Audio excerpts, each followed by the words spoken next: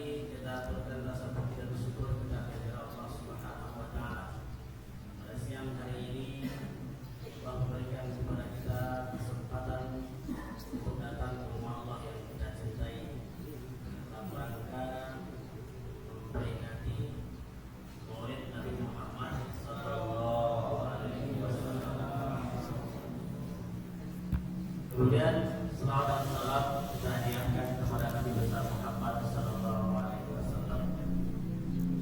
Yang kami hormati Bapak Kepala SMA 2, kemudian Bapak Ibu para wakil,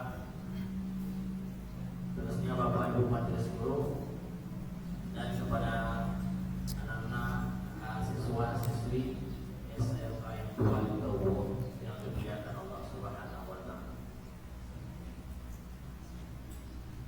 Bicara tentang masalah Maulid Nabi, pertama yang harus kita ketahui terlebih dahulu, apa itu Maulid? Ada yang bisa jawab apa itu yang dikatakan dengan Maulid? Kadang banyak awak ini soto-soto mendiulangi Maulid orang Maulid lawat, Samira orang Samira lawat. Ada yang bisa jawab kira-kira Maulid itu apa?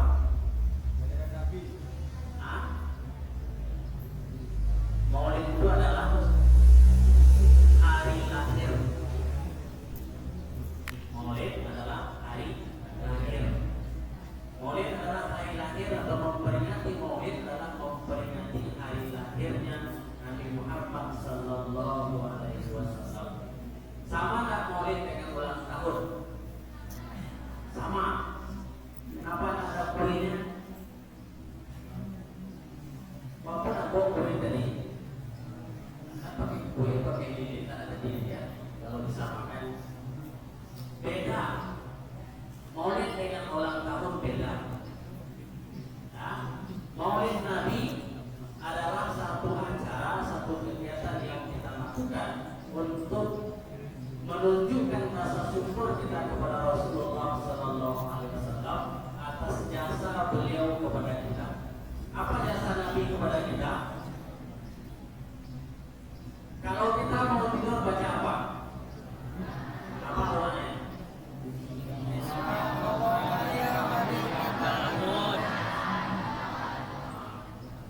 Siapa yang ajarkan? Amalwah, Bapak Guru.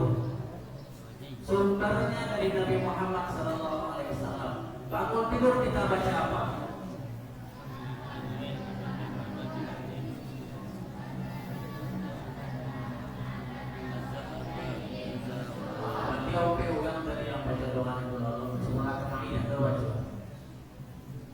Nah, itu semua bersumber dari Rasulullah SAW. Maka kewajiban kita sebagai seorang mukmin yang mengaku umatnya Nabi Muhammad SAW, pertama ketahui dulu siapa Rasulullah tersebut.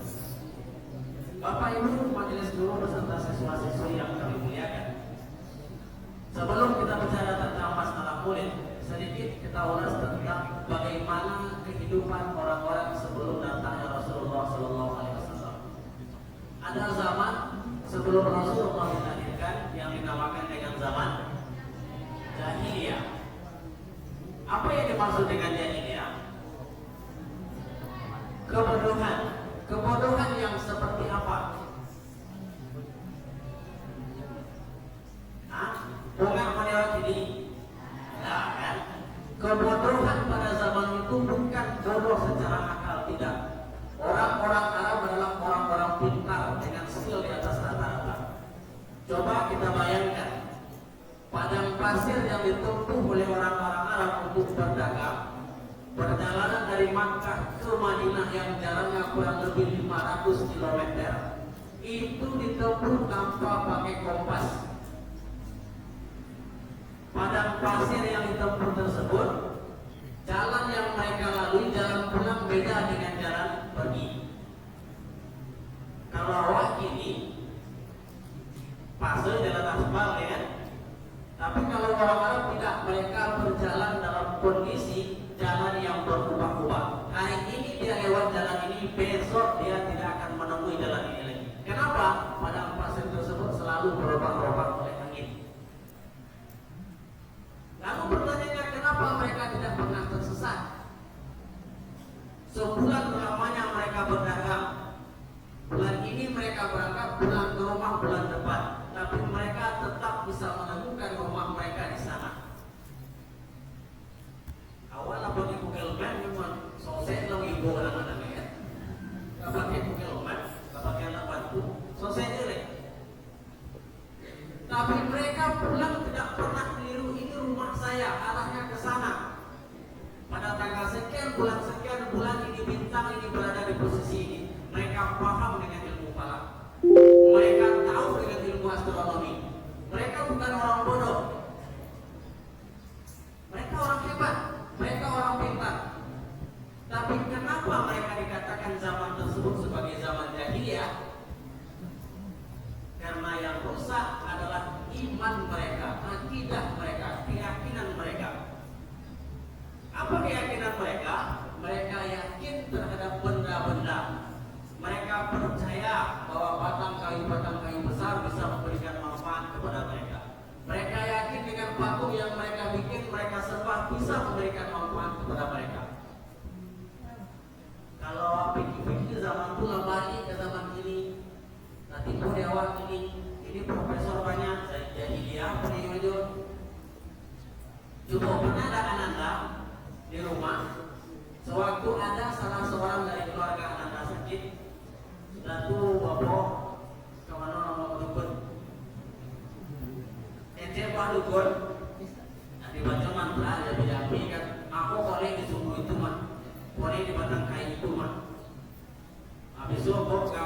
itu botol ujian. Pernah nggak dia? Pernah kan? Inilah zaman-zaman jahiliyah dulu yang sekarang terulang kembali. Maka kata Rasulullah, zaman ini akan kembali kepada zaman besok, zaman ini akan terulang kembali. Zaman jahiliyah yang dulu pernah ada pada masa Rasulullah sebelum diutus akan kembali lagi. Ini kalau kita lihat Arab Saudi sudah mulai berbenah, sudah mulai buat patung Raja yang mudah-mudahan. Mulai berpatung dulu Ka'bah itu dipenuhi oleh patung dan diletakkan sesuai dengan kasta mereka masing-masing. Ada orang kaya nanti dia bikin patung dari emas, patungnya, lalu disembah, diletakkan di tempat yang spesial yang agak tinggi daripada yang lain. Yang agak kurang mampu nanti bikin patung dari perak, lalu disembah. Agak kurang mampu lagi bikin patung dari perunggu, kurang lagi ekonominya bikin patung dari emas, kurang lagi bikin patung dari kayu, dibikin seperti sebentuk sesuatu kemudian disembah. Yang paling melarat bikin patung dari tepung terigu, dibikin adonan seperti adonan kue. Ya sudah itu dibentuk menyerupai satu benda atau sesuatu yang bisa disembah. Setelah nyembah, kita bawa lagi, ya? Kita bawa akhirnya dia bikin permohonan sama Tuhan. Ya Tuhan, tadi saya sudah berbaik hati kepada Engkau, saya sudah sembah Engkau. Sekarang saya kelaparan, boleh tak? Dia minta izin sama Tuhan, ya boleh tak saya makan Engkau? Boleh tak saya makan Engkau? Maka katanya sama Tuhan, kalau saya Tuhan diam tidak menjawab, saya anggap Tuhan setuju. Akhirnya dimakan Tuhan. Nah, sebangsa-bangsanya orang Indonesia sampai sekarang belum pernah makan Tuhan. Makan aspal ya. Nah, makan batu bata, makan aspal, dan semen itu yang namanya. Itu model peradaban sebelum Rasulullah datang. Kemudian kaum ibu, para wanita tidak dianggap ada. Ibu-ibu pun cuma pelengkap dulu. Kaum wanita itu cuma pelengkap. Kalau dia suka bisa diambil, kalau dia benci bisa dia buang. Cuma pelengkap. Tidak ada harkat atau derajat seorang wanita sebelum Rasulullah tersebut lahir. Maka kehadiran Rasulullah SAW merupakan rahmat yang terbesar bagi kita. Bapak Ibu serta siswa-siswi yang kami muliakan, Rasulullah SAW lahir di kota mana? Rasulullah lahir di kota Makkah pada tanggal 12 Rabiul Awal. Ada satu versi lagi, ada seorang sejarawan yang mengatakan bahwa Rasulullah lahir bukan tanggal 12 Rabiul Awal. Kalau kita flashback ke belakang, hari Senin kelahiran Rasulullah tersebut bukan tanggal 12 Rabiul Awal, akan tetapi tanggal 9 Rabiul Awal. Cuma yang populer lewat tanggal 12.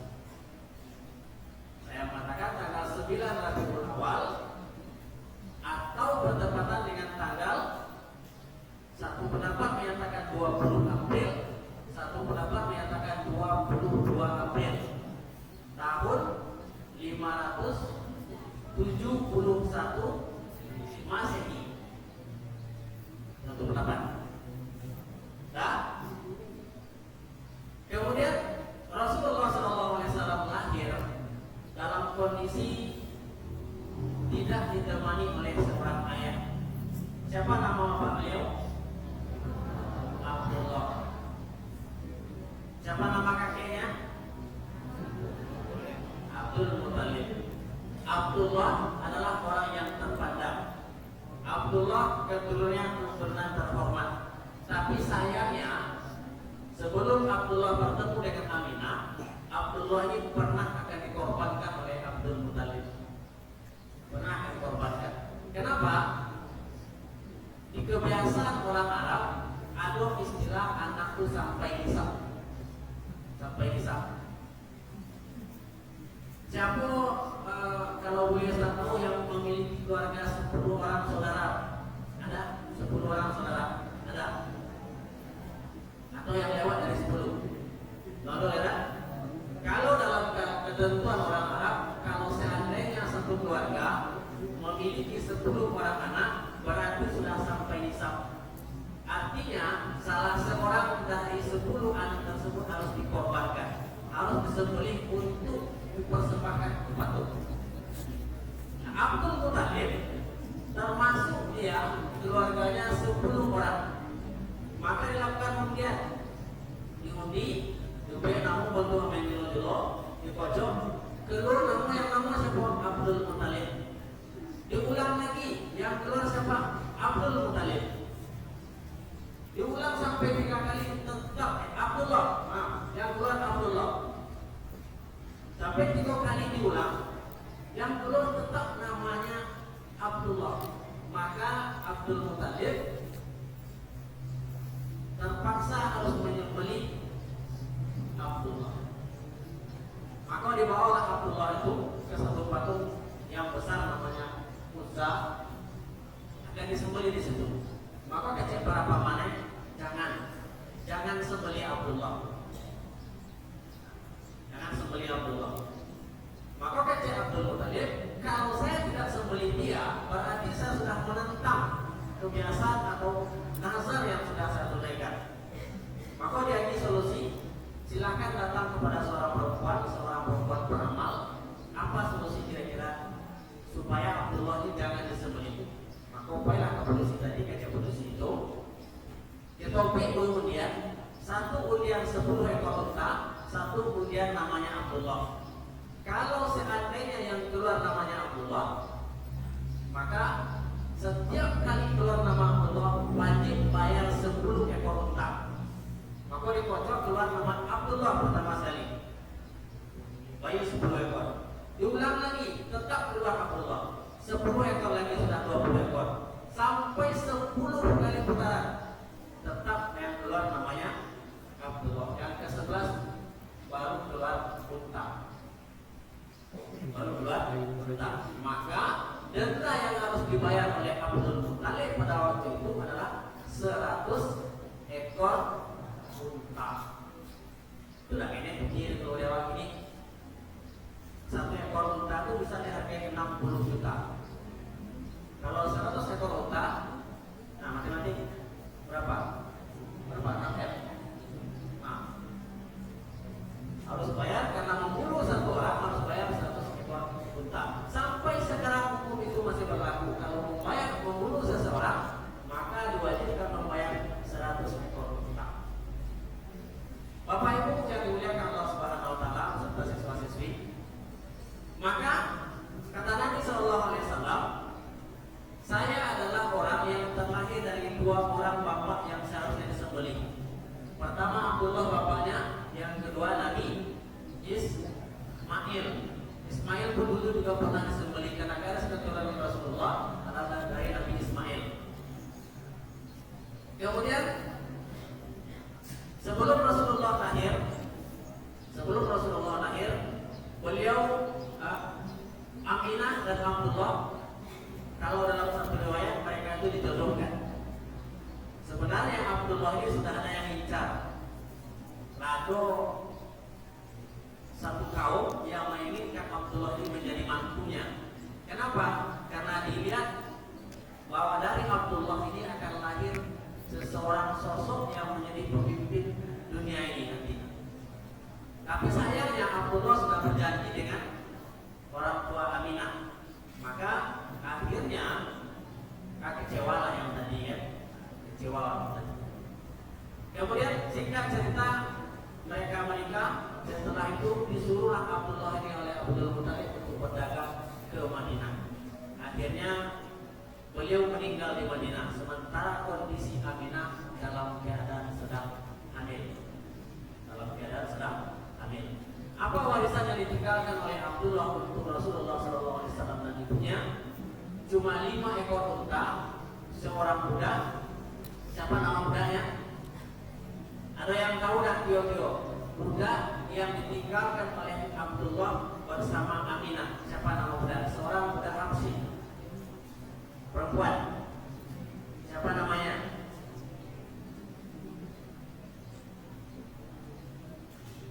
Yang tahu boleh angkat tangan.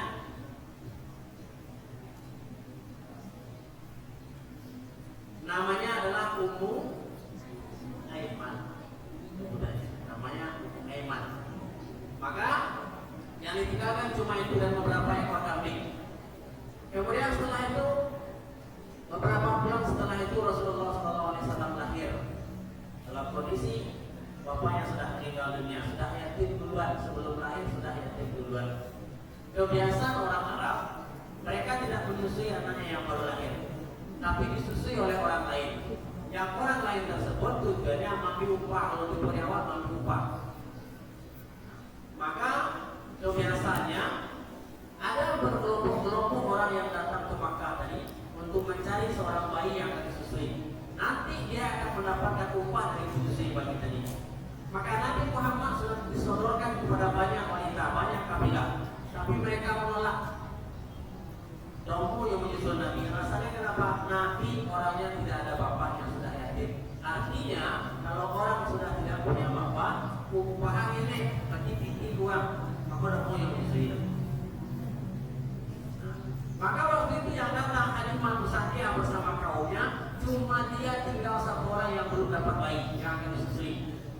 Yang lain sudah disusui. Halimah Sa'diyah itu datang dengan dia, suaminya, seorang bayinya yang kecil, tanpa seekor unta yang kurus, tidak bisa jalan, payah untuk berjalan, tidak ada susu yang bisa diperah dari dia, tanpa seekor keledai. Tanpa seekor keledai. Maka Halimah Sa'diyah kemudian memutuskan berbicara kepada suaminya, dan ambillah Muhammad tadi untuk disusui. Ialah akhirnya dijemputlah Nabi Muhammad kepada ibunya disusui. Sewaktu Aminah menggendong Nabi, sewaktu Halimah Sa'diyah menggendong Nabi, apa kata Halimah? Dia menceritakan, saya tidak merasakan kesusahan sewaktu menggendong beliau. Sewaktu Nabi Muhammad sampai di tempat tinggal atau campnya Halimah Sa'diyah, yang tadi Halimah Sa'diyah datang dengan seekor unta yang sudah kurus, gemuk, jadi gemuk. Yang tadinya tidak ada air susunya, banyak air susunya. Kemudian sesudah itu Halimah Sa'diyah biasanya setiap malam harus meninabobokan anaknya yang tadi. Sampai tengah malam tidak bisa tidur. Kenapa? Karena tak kenyang. Anak tadi tak kenyang, tidak ada susu lagi yang mengenyangkan dia. Tapi pada malam itu, sewaktu Halimah Sa'diyah membawa Rasulullah SAW, susu Halimah yang tadi airnya kurang sekarang melimpah. Bahkan anaknya yang biasa rewel tengah malam tidur beras sampai pagi. Onta yang pertamanya tidak ada susu, malam itu sudah bisa diperas susunya, dan suaminya sudah kenyang karena minum air susu unta. Itu karomah yang didapatkan oleh Halimah Sa'diyah. Akhirnya setelah itu dikembalikanlah, setelah selesai menyusui Rasulullah, maka dikembalikan Rasulullah kepada Aminah lagi. Kemudian sebelum Halimah Sa'diyah pulang ke kampung halamannya ke Bani Sa'ad, dia meminta lagi kepada Aminah, wahai ibu, biarlah saya kembali yang menyusuinya sampai dia dewasa, sampai dia usianya menjelang 2 tahun. Akhirnya dibawa lagi Rasulullah dan dibawa ke kampung Bani Sa'ad. Di sanalah terjadi proses pembedahan atau operasi tanpa obat bius. Sewaktu Rasulullah sedang main-main dengan beberapa orang temannya, datang 2 orang malaikat membawa satu bejana dari emas, kemudian menidurkan Nabi. Setelah itu malaikat tadi membelah dada Rasulullah SAW tanpa dibius. Tanpa dibius. Belah dadanya, kemudian dikeluarkan hatinya, kemudian dibuang. Di sana ada segumpal darah. Yang kata para malaikat, ini adalah tempat bersarangnya bulan Pak, ada di SMA ini ada 8 bulan. Kali uang setelah itu dimasukkan lagi dan dijahit. Atau besok buka Pak? Enggak. Dijahit kembali. Tapi Rasulullah tidak merasakan sakit. Ya, 8 bulan Pak. sedikitpun. Iya, yang untuk provinsi SMA. Rasulullah tidak merasakan sakit sedikitpun. Dan itu berulang kembali setelah berapa tahun berulang kembali. Karena cemasnya Halimatus Sa'diyah, Oh, siap. Enggak, sini aja nanti Pak. dikembalikan kepada ibunya. Oh, oke, siap. Kemudian ibu luar sini dibanting lo jadi Muhammad yang dia kiri kamar, di pulang kamar. Pada usia kurang lebih 6 tahun, Apa Nabi ini Pak? Muhammad SAW Saatnya seperti biasa Pak. untuk berziarah ke makam ayahnya. Di mana makam Abdullah? Siap. Boleh. Di Oke, boleh. Di mana Senang makam aja, Pak, ya. Abdullah? Senang. Di Madinah. Ada kawan di Tama? Nah, berangkatlah Aminah Main. dengan Rasulullah dari Makkah ke Madinah. Jarak yang ditempuh berapa tadi? Kurang lebih 500 km jalan sampai di sana. Kemudian mereka sebulan setelah itu mau pulang. Di pertengahan jalan Aminah ini sakit, kemudian meninggal dunia dan dikuburkan di satu tempat yang namanya Abwa. Disitulah Aminah dikuburkan. Tinggallah Rasulullah SAW usia 6 tahun, tidak ada bapak, tidak ada ibu, yatim piatu. Kemudian berlanjut kehidupan Rasulullah SAW, pulang dia, maka diasuh oleh kakek beliau Abdul Talib. Setelah itu apa pekerjaan yang dia lakukan? Semerawutan. Tidak ada pekerjaan tetap. Ada kepala kambing kalau membantu orang. Kemudian sudah beranjak usia kurang lebih 25 tahun, Rasulullah disuruh oleh kakeknya untuk menggali. Apa gali kain. Siapa itu somangnya? Khadijah itu somangnya. Maka berangkatlah Rasulullah SAW berdagang di negeri Syam. Kalau ini mungkin di daerah Lebanon, Palestina, sana. Berdagang dia. Sampainya di sana, itu seluruh kios sudah disewa oleh orang-orang yang lain. Rasulullah ada kios, maka tertahanlah dagangan beliau. Tertahan dagangan. Tapi berkat kejujuran beliau, orang lain menghabiskan dagangan sampai sebulan. Beliau cuma dalam waktu seminggu selesai semua dagangan dengan membawa uang yang banyak. Maka berita ini disampaikan oleh para pedagang kepada Khadijah tentang kejujuran Rasulullah SAW, untung yang banyak yang dapat. Akhirnya lambe lamu koneakilah Khadijah kepada Rasulullah SAW. Berapa usia Nabi Muhammad pada waktu itu? Waktu nikah dengan Khadijah berapa usia Nabi? 25 tahun. Berapa usia Khadijah? 40 tahun. Jauh jalan. Nah, ini kita berandai-andai. Kalau kamu dapat yang kayak itu, mau nggak? Baik. Usia kamu 25, dapat istri 40. Hah? Gantung ya. Tapi Khadijah bukan orang sembarangan. Beliau kuat tanah, hartanya banyak, tanahnya banyak. Dia orang kaya. Dia punya satu anak cuma dari suaminya namanya Aminah. Cuma satu anak. Dan Rasulullah langsung menerima pinangan Khadijah radhiyallahu anha.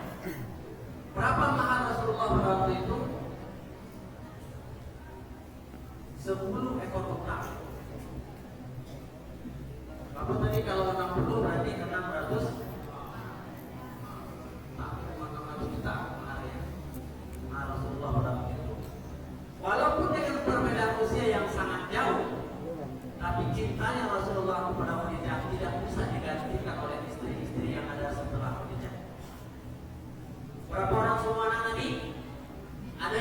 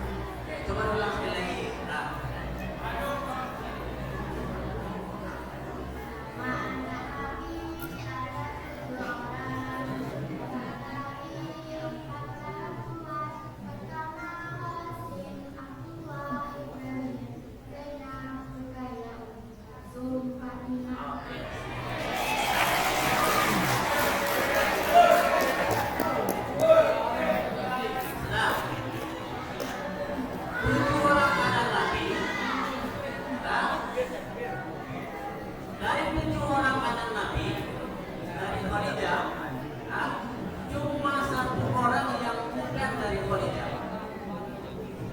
Cuma satu orang yang bukan dari Khadijah. Siapa? Dari 7 orang anak Nabi tadi, 6 itu Khadijah yang melahirkan. Satu orang bukan dari Khadijah. Siapa? Ada yang tahu?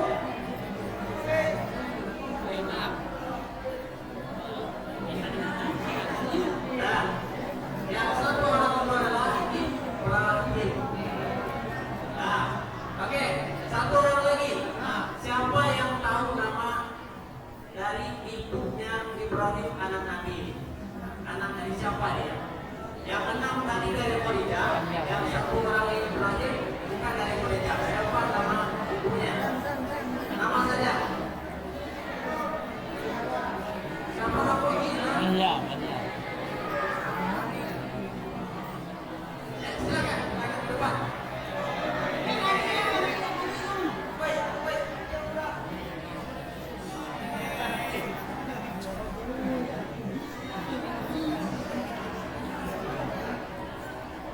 Ibrahim bukan dari Khadijah, bukan anak Khadijah. Siapa nama ibu Ibrahim?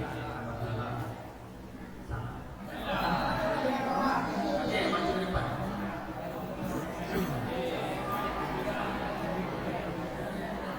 Kenapa kamu tak berbeda?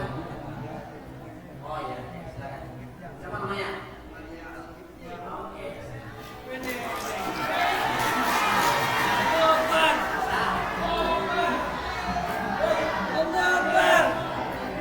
Siapa Maria Mutia? Maria Mutia adalah seorang budak yang diberikan oleh seorang raja kepada Rasulullah SAW. Jadi dia lahir seorang anak yang namanya Ibrahim. Bapak Ibu majelis guru, siswa-siswi yang dimuliakan Allah Subhanahu wa Ta'ala, maka Rasulullah SAW lahir dalam keadaan membawa perubahan yang sangat besar dalam bangsa Arab. Dalam segala ini, halo,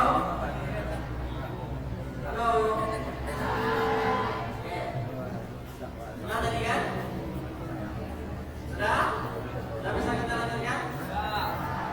Kita sampai jam berapa? Kita sampai maghrib ya?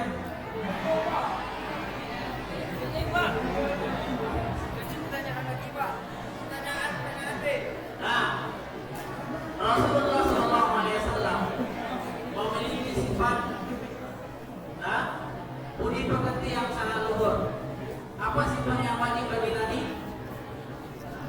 Ada 4 sifat yang wajib bagi Nabi. Yang pertama, sidik. Apa itu sidik?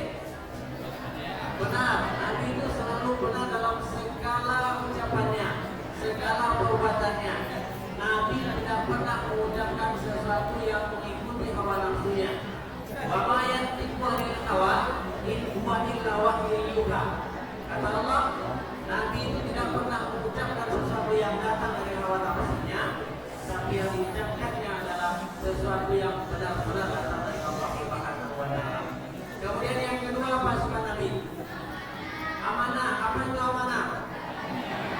Dari percaya. Nabi tidak pernah mengkhianati kepercayaan yang diberikan oleh orang lain kepada dia. Kemudian yang ketiga, tabligh. Apa itu tabligh? Menyampaikan. Tapi tidak semua yang diketahui Nabi disampaikan kepada kita. Nah, kemudian yang keempat, patona. Apa itu patona? Cerdas. Nabi tidak pandai tulis baca, tapi kalau IQ-nya tidak ada yang bisa menandinginya. Nabi yang paling tinggi IQ-nya. Berapa ya? Pokoknya paling tinggi lah. Sudah. Kemudian perjuangan Rasulullah SAW. Apa gunanya kita memperingati mulai Nabi? Tujuannya agar kita tambah cinta kepada Rasulullah SAW. Sebagaimana Rasul cinta kepada kita, sebagaimana Rasul sayang kepada kita, maka seperti itulah rasanya kita harus cinta kepada Rasul. Karena dalam satu riwayat dinyatakan besok di hari akhirat setelah ditentukan Ada besok yang masuk surga, ada yang besok masuk neraka. Tapi tidak semuanya umat Nabi itu masuk surga. Tidak semuanya.